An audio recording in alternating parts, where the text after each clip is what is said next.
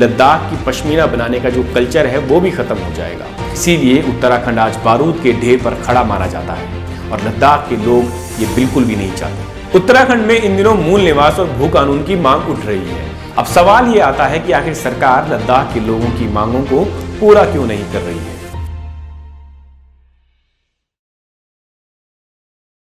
लद्दाख में hunger strike चल रही है और इस हंगर स्ट्राइक का सबसे बड़ा कारण है जमीन और पहाड़, और इसी पहाड़ और जमीन से जुड़ा है संस्कृति और पर्यावरण को बचाने का एक बड़ा मुद्दा। घुमा फिरा के लद्दाख की जो लड़ाई है वही उत्तराखंड की लड़ाई है, वही हिमाचल की लड़ाई है और वही कई पर्वतीय राज्यों की लड़ाई है। सभी को अपनी जमीनें बचानी है।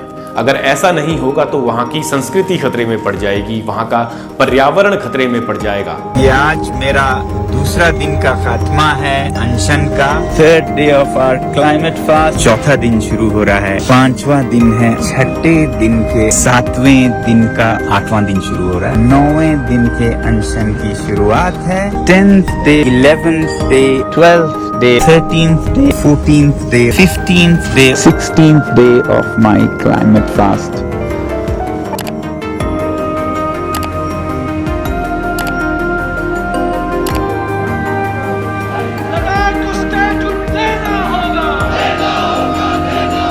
कि 2019 में जब ये संसद के चुनाव हो रहे थे, आपने पहले 3 बिंदुओं में लद्दाख को 6वें शेड्यूल में संरक्षित रखने का वादा किया था।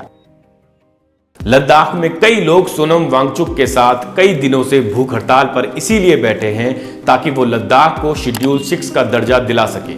अब ये शेड्यूल 6 क्या है? दरअसल शेड्यूल 6 के तहत ट्राइबल एरियाज को उनके अपने कानून बनाने का अधिकार मिल जाता है। शेड्यूल 6 फिलहाल नॉर्थ ईस्ट के असम, मेघालय, त्रिपुरा और मिजोरम के ट्राइबल एरियाज में लगा हुआ है और भारतीय संविधान के तहत शेड्यूल 6 केवल नॉर्थ ईस्ट के राज्यों में ही लग सकता है, लेकिन सरकार इसमें संशोधन करके इसमें लद्दाख जैसे राज्य को भी जोड़ सकती है। अब शेड्यूल 6 का मतलब ये नहीं होता कि ट्राइबल एरियाज भारत के कानूनों को बिल्कुल नहीं मानेगा, बल्कि उन्हें यह हक दिया गया है कि वो अपने जनजातीय क्षेत्र का कल्चर और एनवायरनमेंट को बचाने के लिए अलग से कानून बना सकें, लेकिन वो भी गवर्नर की मंजूरी के बिना लागू नहीं हो सकता है। अब आपके मन में सवाल उठ रहा होगा कि शेड्यूल 6 से आखिर लद्दाख के लोगों को फायदा क्या होगा। देखिए, अगर लद्दाख के लोग शेड्यूल 6 में शामिल हो गए तो वहां के लोग पर्यावरण और संस्कृति को बचाने के लिए अपने अलग से कानून बना सकेंगे। बाहर से जा रही कंपनियां वहां पर जमीन खरीदकर टूरिज्म और अन्य धंधों पर कब्जा नहीं कर पाएगी, जिससे लोकल लोगों की आजीविका वहां पर छिन नहीं पाएगी। इसके साथ साथ खनन और अन्य तरीकों से जो लद्दाख के क्लाइमेट को नुकसान पहुंच सकता है वो नहीं पहुंचेगा। शेड्यूल 6 के साथ साथ लद्दाख के लोग राज्य का दर्जा भी मांग रहे हैं ताकि उन्हें अपने विधायक चुनने का हक मिल सके। अभी लद्दाख एक केंद्र शासित प्रदेश है जो गवर्नर के अंडर काम करता है। यहां तक कि लद्दाख के पास केवल एक ही लोकसभा का सांसद है, जिसे भी वो 2 करने की मांग कर रहे हैं, एक लेह के लिए और एक कारगिल के लिए। और इसीलिए सोनम वांगचुक जो एक इंजीनियर हैं और एक एजुकेशन रिफॉर्मर हैं, एक्टिविस्ट हैं, वो कई दिनों से भूख हड़ताल कर रहे हैं लद्दाख के लोगों के साथ। लेकिन यकीन मानिए, अभी तक ना तो इस देश का कोई बड़ा चैनल वहां पर पहुंचा है और ना ही बड़े बड़े नेताओं ने इस बात को सीरियसली लिया है। एक तो यूटी विद लेजिस्लेचर, दूसरा तरीका है ऐसे संवेदनशील जगहों के लिए जहां पर जनजातीय लोग बसते हैं। 1950 में अपने संविधान में निहित कर रखा था हमारे पूर्वजों ने, नेताओं ने उस समय के, कि ऐसे जगहों पे 6वें शेड्यूल से आप संरक्षण देंगे। तो ये जो 6वां शेड्यूल है, ये एक ऐसा प्रावधान है कि जिससे ऐसे जगहों को और यहाँ की जनता को संरक्षित रख सके। ऐसा नहीं है कि इससे यहाँ कुछ भी विकास नहीं होगा, यहाँ पर उद्योग नहीं होगा। 6वां शेड्यूल सिर्फ ये कहता है कि यहाँ पर ऑटोनमस काउंसिल्स बनेंगे जिनमें चुने हुए प्रतिनिधि अपने फैसले खुद करेंगे अपने विकास का, और उनके पास नियम बनाने की क्षमता होगी, कानून होगी, लॉ मेकिंग पावर्स। तो यही आपसे हम मांग कर रहे हैं। तो -3 से -17 के तापमान में इतने सारे लोग 9 दिन से भूखे हैं सरकार को, नेताओं को अपने वचन याद दिलाने के लिए। हालांकि मेन स्ट्रीम मीडिया का तो एक ब्लैकआउट सा है, मगर फिर भी हमारी आवाज इन नेताओं तक जरूर पहुंचती होगी, हमारी उम्मीद है। Today I begin the 16th day of my climate fast, and of course it's cold in the open. Last night it was -8 degrees and some 120 people were sleeping with me out in the open on this fast. अब एक सवाल यहाँ पर यह निकल कर आता है कि अगर शेड्यूल 6 लागू नहीं होता है लद्दाख में तो क्या नुकसान हो सकता है, और ये सवाल हमें सीधा लेकर आता है हिमाचल और उत्तराखंड के पहाड़ी वादियों में। हिमाचल में तो फिर भी शेड्यूल 5 लागू है, लेकिन उत्तराखंड में तो वो भी लागू नहीं है। अब आप सोचेंगे कि ये शेड्यूल 5 क्या है। शेड्यूल 5 को आप शेड्यूल 6 का छोटा भाई समझ लीजिए, मतलब कि शेड्यूल 5 में शेड्यूल 6 के मुकाबले बहुत कम अधिकार दिए गए हैं। शेड्यूल 6 में 30 मेंबर्स की एक इलेक्टेड ऑटोनोमस डिस्ट्रिक्ट काउंसिल होती है, लेकिन शेड्यूल 5 में 20 मेंबर्स की एक एडवाइजरी काउंसिल होती है। भारत के 10 राज्यों के ट्राइबल क्षेत्रों में शेड्यूल 5 फिलहाल लागू है।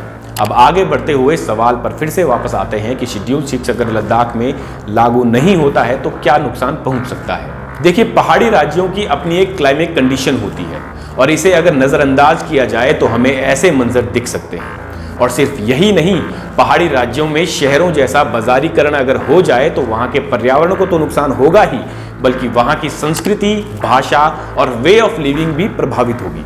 उत्तराखंड में इन दिनों मूल निवास और भू कानून की मांग उठ रही है। मांग ये भी की जा रही है कि उत्तराखंड के पहाड़ी जिलों में शेड्यूल 5 को लागू किया जा सके, और ये सब मांगे इसीलिए की जा रही है क्योंकि उत्तराखंड का कल्चर विलुप्त हो रहा है। पर्यावरण खतरनाक स्थिति में पहुंच गया है। स्थानीय लोगों की जमीनें बाहरी लोग खरीद रहे हैं या उद्योगपतियों को ये जमीनें दी जा रही हैं, या विकास के नाम पर यहाँ पर अंधाधुंध पहाड़ और पेड़ों का कटान किया जा रहा है, और अंत में लोग पहाड़ छोड़कर शहरों में बस रहे हैं। जोशीमठ इस तबाही का एक सबसे बड़ा एग्जाम्पल है कि कैसे वहां पर पर्यावरण को ताक में रखकर विकास कार्य किए गए और फिर लोग अपने घर को तो छोड़ने को मजबूर हुए ही, बल्कि जोशीमठ पर भी भविष्य में बड़ा खतरा मंडरा रहा है।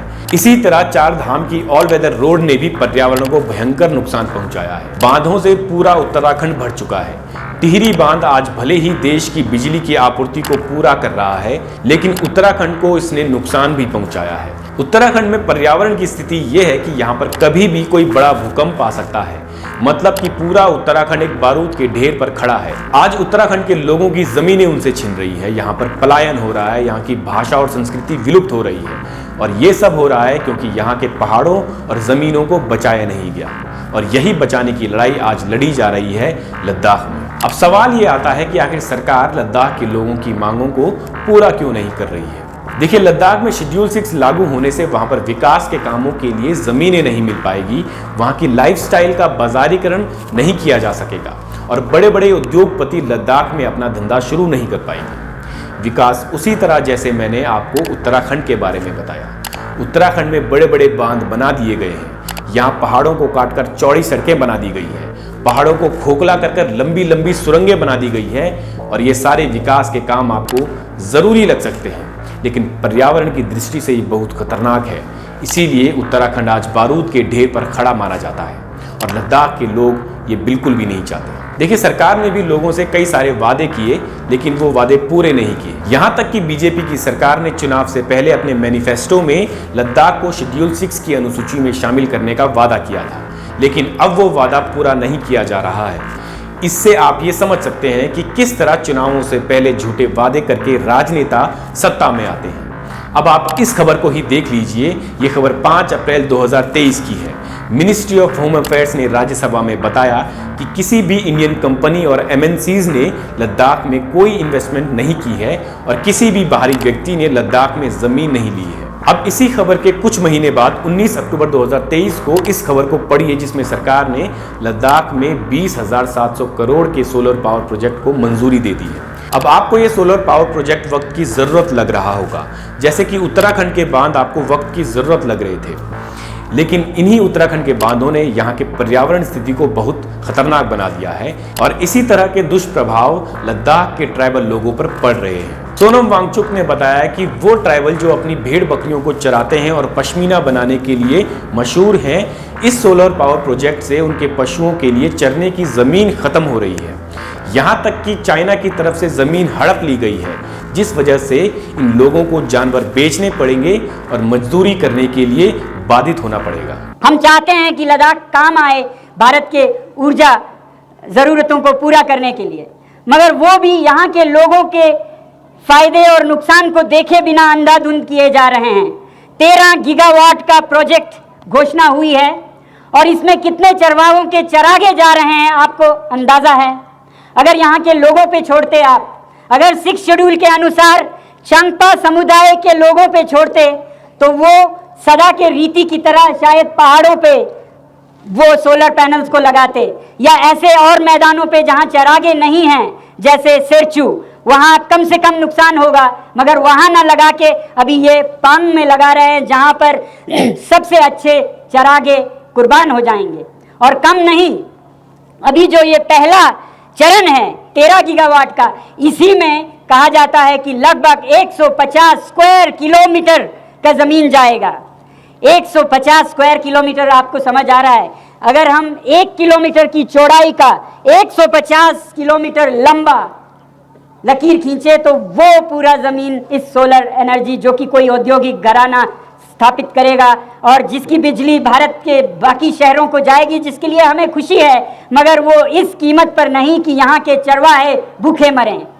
कहा तो ये जाता है कि ये 30 गीगावाट तक जाएगा, यानी कि लगभग 500 स्क्वायर किलोमीटर के करीब जमीन इसमें जाएगा।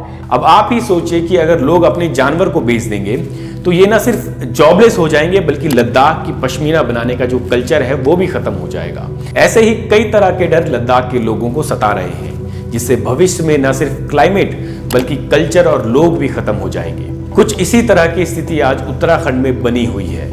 विकास अच्छा है, लेकिन अगर लोग ही नहीं रहेंगे तो उस विकास का भी आखिर क्या करना। कोई देश, कोई भी राज्य बड़ी बड़ी बिल्डिंगों से, उद्योगों से रहने लायक नहीं बनता है, बल्कि वहाँ का कल्चर, जमीन और पहाड़ उसे रहने लायक बनाते हैं। जहाँ जहाँ कल्चर और पर्यावरण बचाकर संजो कर रखा गया है, वहाँ की खूबसूरती में ही लोग रहना चाहते हैं। विकास की इसी रेस में आज उत्तराखंड तबाह हो गया है। आज ना सिर्फ जरूरत हमें यह है कि हम लद्दाख के साथ खड़े रहें, बल्कि हमें उत्तराखंड, हिमाचल और कश्मीर जैसे पहाड़ी राज्यों का भी साथ देना चाहिए, क्योंकि आप चाहे कहीं भी रह लीजिए, देश के किसी भी कोने में रह लीजिए, लेकिन आपको सुकून के लिए पहाड़ों में ही आना पड़ेगा। ये वीडियो आपको कैसा लगा हमें कमेंट बॉक्स पर जरूर बताएं। ये वीडियो अगर आपको पसंद आया है तो इस वीडियो को लाइक कर लीजिए, हमारे चैनल को सब्सक्राइब कर लीजिए, इस वीडियो को ज़्यादा से ज़्यादा शेयर कीजिए। मेरा नाम विकेश है और आप सुनेगा इंडिया देख रहे हैं।